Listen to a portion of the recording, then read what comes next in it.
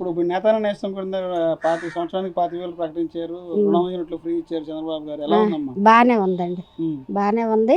ఉమ్, ఇప్పుడు ఆయన జగన్ ఉన్నప్పుడు ఇచ్చేవాళ్ళండి. ఉమ్, కానీ మరి ఈయన మొన్న వర్షాలు వచ్చినప్పుడు కూడా 50 కిలోలు బియ్యం ఉమ్, మరి సరుకులన్నీ ఇచ్చాడు.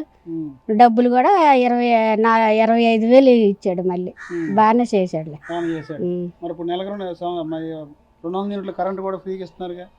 కరెంటా ఇస్తున్నారు. ఏం చెప్తారు చంద్రబాబు గారికి ఇవ్వటం వల్ల? ఆ? చంద్రబాబు గారికి ఏం చెప్తారు ఇచ్చినందుకు?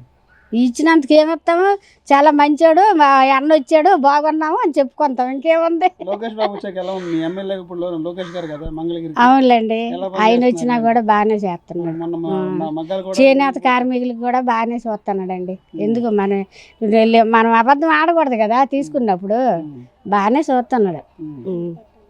ఇంటి పట్టాలు ఇచ్చాడు, పసుపు కుంకం పెట్టాడు, అక్క చెల్లెళ్ళ చీరలు పెట్టాడు, పసుపు కుంకాలు చార్లు చీరలు అన్నం పెట్టి పంపించాడు తిరిగి.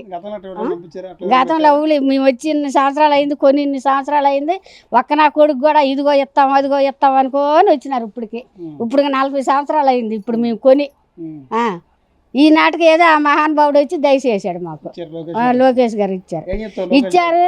మళ్ళీ రిజిస్ట్రేషన్ చేపించారు. అన్నీ బాగానే చేశారు. అన్నీ బాగానే చేసినారు.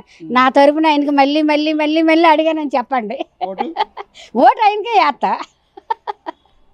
ఓటు కూడా ఆయనకే, ఇంక మేము ఎవరికి అయ్యము. లోకేష్ బాబుకే వేస్తా. బాగానే పని చేస్తాండ్రు.